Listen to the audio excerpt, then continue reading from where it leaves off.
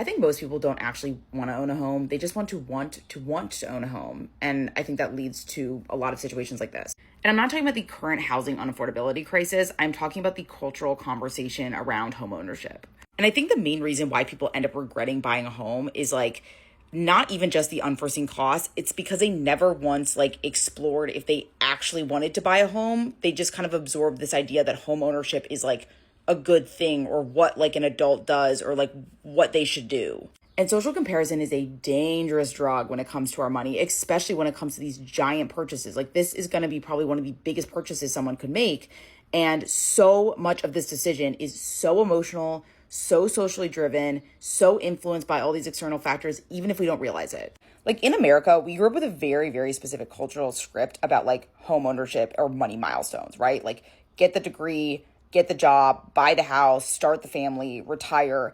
And these milestones are very much presented as a sequence that everybody should be following and a sign of if you are successful or not, obviously wrapped up in the American dream.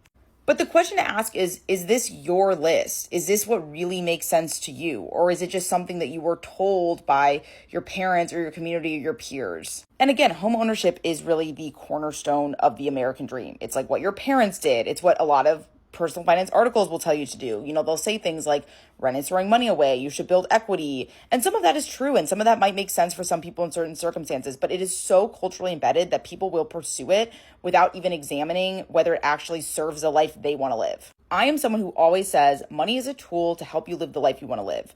And I genuinely don't think most people have spent enough time exploring what life they want to live and what actually matters to them. So then what happens is they get the house, the mortgage is enormous, the maintenance is huge, and they're just locked into a very specific type of lifestyle that maybe they didn't even fully choose or realize that they wanted. And that feeling between wanting something and actually having it and the discontent that can come from that is what happens when you let culture decide your financial goals instead of setting them for yourself. Like if you have not done the work to figure out what your life looks like or what you want it to look like, what you value, what gives you energy, what kind of daily existence you enjoy doing, money as a tool has no direction. And when money has no direction, it will follow the default, which is buy the house, get the car, go get those milestones. And that default is not neutral. The default was designed by an economy that profits from you buying more, upgrading more, tying yourself into very long-term financial goals like owning a house. And I want to start by saying, even though I personally do not aspire to own a home, I am not necessarily anti-home ownership.